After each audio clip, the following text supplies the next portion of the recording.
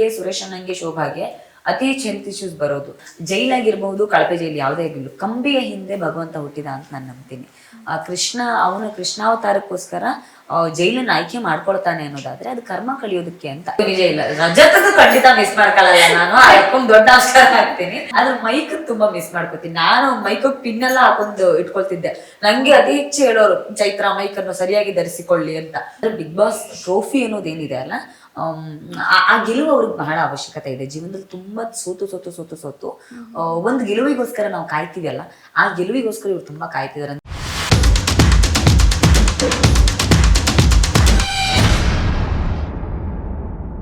ಅಂದ್ರೆ ಇವಾಗ ಆರೋಗ್ಯ ಸಮಸ್ಯೆ ಇದೆ ಅಂದ್ರೂ ಕೂಡ ಆ ಟೈಮ್ ಅಂದ್ರೆ ಹೇಳ್ಕೊಳಕ್ಕೂ ಕೂಡ ನಿಮ್ಗೆ ಟೈಮು ಕೊಡಲ್ವಾ? ಅಂದ್ರೆ ಇಲ್ಲ, ಅದೆಲ್ಲ ಕೊಡ್ತಾರೆ. ಡಾಕ್ಟರ್ ಸಪೋರ್ಟ್ ಎಲ್ಲ ತುಂಬಾ ಚೆನ್ನಾಗಿದೆ. ಆ ವಿಚಾರದಲ್ಲಿ ಏನು ಸಮಸ್ಯೆ ಇಲ್ಲ. ನಮಗ್ ಮುಜುಗರ ಆಗೋದಷ್ಟೇ, ಹೇಳ್ಕೊಳಕ್ ನಮಗ್ ಮುಜುಗರ ಆಗೋದ್ ಬಿಟ್ರೆ ತುಂಬಾ ಒಳ್ಳೆ ಡಾಕ್ಟರ್ಸ್ ಟೀಮ್ ಇತ್ತು. ಅವ್ರು ತುಂಬಾ ಚೆನ್ನಾಗಿ ಕೆಲಸ ಮಾಡ್ತಿದ್ರು. ಮೆಡಿಸಿನ್ಸ್ ಅದೇ ನನಗೆ ಅವರು ಎನಿ ಹೆಲ್ತ್ ಇಶ್ಯೂಸ್, ಈಗ ನೋಡಿ ನನಗೆ ಸುರೇಶ್ ಅಣ್ಣಂಗೆ ಶೋಭಾಗೆ ಅತಿ ಹೆಚ್ಚು ಹೆಲ್ತ್ ಇಶ್ಯೂಸ್ ಬರೋದು. ಬಟ್ ಅಲ್ಲಿ ಈಗ ಹೆಲ್ತ್ ಇಶ್ಯೂ ಬಂದಿದೆ ಅಂದಾಗ ಅವ್ರು ಹೊರಗಡೆ ಕಳಿಸ್ಬಹುದು.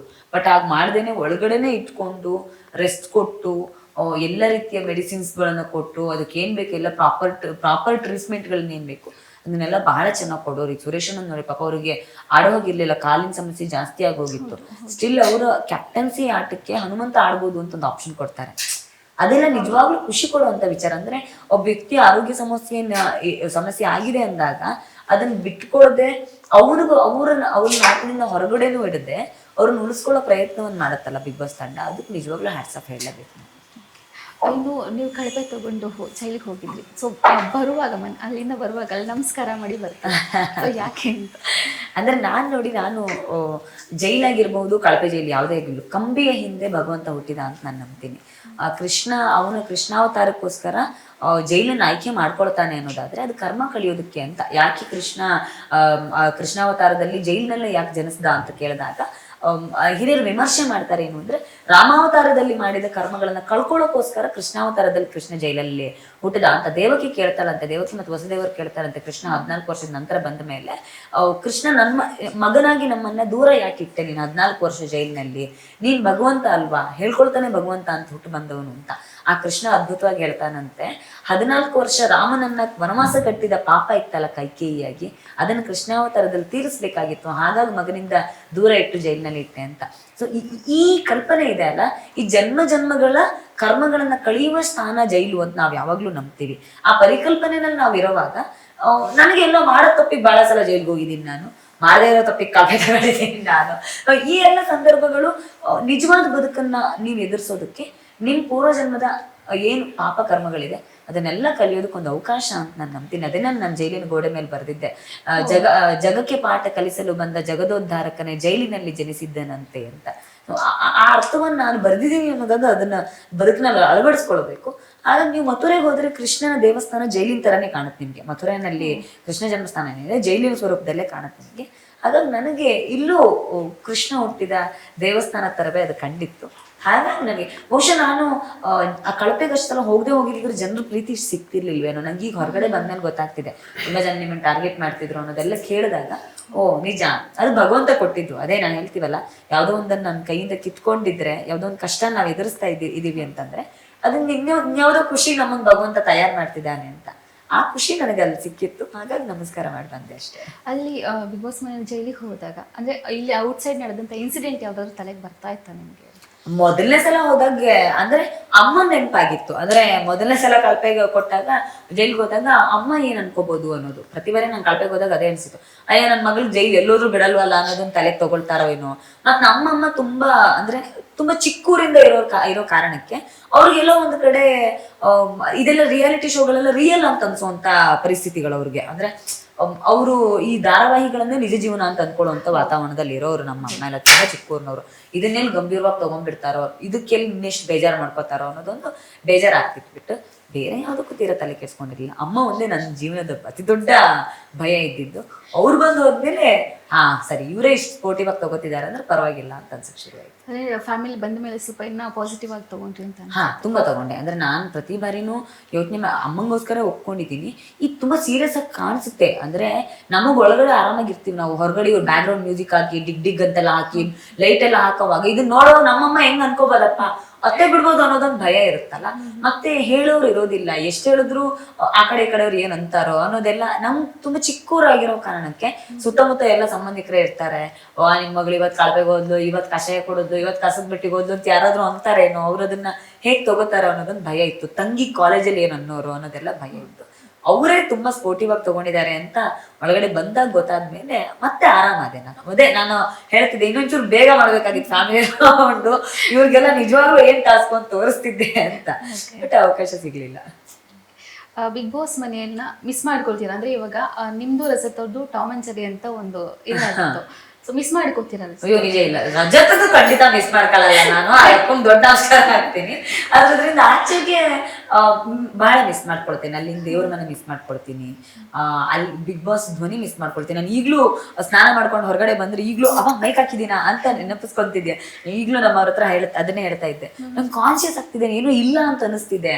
ಮೈಕ್ ಹಾಕೊಂಡ್ ಅಭ್ಯಾಸ ಇದ್ದು ಈಗ ರಪ್ಪ ಬಂದಾಗ ಮೈ ಮೇಲೆ ಮೈಕ್ ಇಲ್ವಲ್ಲ ಅನ್ನೋದು ಭಯ. ರಪ್ಪ ಅಂತ ಒಂದ್ಸಲ ತಿರುಗಿ ನೋಡ್ತೀನಿ. ವಾಶ್ರೂಮ್ ಹೋಗಿ ಬಂದ್ರೆ ಈಗ್ಲೂ ಒಂದ್ಸಲ ಹೊರಗಡೆ 4 ಹೆಜ್ಜೆ ಇಟ್ಟು ಬಂದ ತಕ್ಷಣಕ್ಕೆ ಒಂದ್ಸಲ ತಿರುಗಿ ನೋಡ್ತೀನಿ, ಮೈಕ್ ಇಟ್ಕೊ ಹಾಕೊಂಡಿದೀನ ಇಲ್ವಾ ಅಂತ. ಇಲ್ಲ ನಾನು ಬಿಗ್ ಬಾಸ್ ಮನೆಯಿಂದ ಹೊರಗಡೆ ಇದ್ದೀನಿ ಅನ್ನೋದು ನೆನಪಾಗುತ್ತೆ.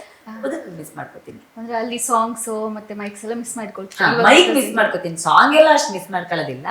ಅಂದ್ರೆ ಅಲಾರಾಮ್ ಇರ್ತಿರ್ಲಿಲ್ಲ, ಎಷ್ಟೆಷ್ಟೋ ಹೊತ್ತಿಗೆ ಹೇಳ್ತಿದ್ವಿ, ಮಧ್ಯಾಹ್ನ ಎಲ್ಲ ಹೇಳ್ತಿದ್ದಿದ್ದೆ. ಆದ್ರೆ ಮೈಕ್ ತುಂಬಾ ಮಿಸ್ ಮಾಡ್ಕೋತೀನಿ. ನಾನು ಮೈಕ್ ಪಿನ್ ಎಲ್ಲ ಹಾಕೊಂಡು ಇಟ್ಕೊಳ್ತಿದ್ದೆ. ನಂಗೆ ಅತಿ ಹೆಚ್ಚು ಹೇಳೋರು, ಚೈತ್ರ ಮೈಕ್ ಅನ್ನು ಸರಿಯಾಗಿ ಧರಿಸಿಕೊಳ್ಳಿ ಅಂತ, ಸರಿಯಾಗಿದ್ರು ಸರಿಯಾಗಿ ಧರಿಸ್ಕೊಳ್ಳಿ ಅಂತ ಅನ್ನೋರು. ಆ ಕಾರಣ ತುಂಬಾ ಮಿಸ್ ಮಾಡ್ಕೋತೀನಿ ಅದನ್ನ. ಏನು ಯಾರು ಫೇಕ್ ಆಗಿ ಆಡ್ತಿದ್ರು ಮನೆ ಒಳಗಡೆ ಅಂತ ಅನ್ಸುತ್ತೆ. ಯಾಕಂದ್ರೆ 5 days ನೀವು ಇದ್ದೀರಾ, ಎಲ್ಲಾರು ನೋಡಿದೀರಾ, ತುಂಬಾ ಎಲ್ಲಾರು ಅಬ್ಸರ್ವ್ ಮಾಡಿರ್ತೀರಾ ಕೂಡ. ಸೊ ಯಾರು ಫೇಕ್ ಆಗಿ ಆಡ್ತಿದ್ದಾರೆ ಅಂತ ಅನ್ಸುತ್ತೆ? ಫೇಕು ಅಂತ ಅನ್ಸೋದಕ್ಕಿಂತ ನಂಗೆಲ್ಲೋ ಒಂದ್ ಕಡೆ ನಿಜ ಜೀವನದಲ್ಲಿ ಇವ್ರು ಹೀಗಿಲ್ವೇನೋ, ಇಲ್ಲಿ ಮಾತ್ರ ಹೀಗಿದಾರೇನೋ ಅಂತ ಅನ್ಸೋದು ನಂಗೆ ಗೌತಮಿ ಅವ್ರದ್ದು. ಅಂದ್ರೆ ತುಂಬಾ ಈ ಪಾಸಿಟಿವಿಟಿ ಅನ್ನೋ ವಿಚಾರದಲ್ಲಿ ನಾನು ಅವ್ರ ಜೊತೆಗಿದ್ದಾಗ್ಲೂ ಕೂಡ ಅವ್ರು ತುಂಬಾ ಸಿಟ್ ಮಾಡ್ಕೊಂಡಿರೋದು ನೋಡಿದೀನಿ. ಚಿಕ್ಕ ಚಿಕ್ಕ ವಿಷಯಕ್ಕೆ ಸಿಟ್ ಮಾಡ್ಕೊಂಡಿರೋದು ನೋಡಿದೀನಿ. ಬೇರೆ ಬೇರೆ ವಿಚಾರಗಳನ್ನ ಇನ್ಯಾವುದೋ ಆಂಗಲ್ ನಾನು ನೋಡಿರೋದನ್ನ ನೋಡಿದೀನಿ. ಅವ್ರ ಕಷಾಯ ಕುಡಿಯುವಾಗ ಹೊರಗಡೆ ಬೇರೆಯವ್ರ ಹತ್ರ ಬೇರೆ ಬೇರೆ ಅಭಿಪ್ರಾಯಗಳು ಇರುತ್ತೆ ಅವ್ರ ಮನ್ಸಲ್ಲಿ. ಅದ್ರ ಸೇಫ್ಗೆ ಮಾಡೋಕ್ಕೋಸ್ಕರ ಬಂದ್ ಕಷಾಯ ನನಗೆ ಕೊಡೋದು, ಕಸದ ಬುಟ್ಟಿಗೆ ನನಗೆ ಹಾಕೋದು, ಕಳಪೆ ಅಂತ ಬಂದಾಗ ಆ ತರದ ಸೇಫ್ಗೆ ಮಾಡೋದನ್ನ ನಾನು ತುಂಬಾ ನೋಡಿದ್ದೀನಿ. ಮೋಸ್ಟ್ಲಿ ಅವ್ರು ಇರ್ಬೋದು ಅನ್ಸುತ್ತೆ. ನಿಮ್ ಪ್ರಕಾರ ಸೀಸನ್ 11 ಯಾರು ವಿನ್ ಆಗ್ಬೋದು ಅಂತ? ತ್ರಿವಿಕ್ರಮಣ ವಿನ್ ಆಗ್ಬೋದು ಅನ್ಸುತ್ತೆ. ಯಾಕೆ ಅವರೇ?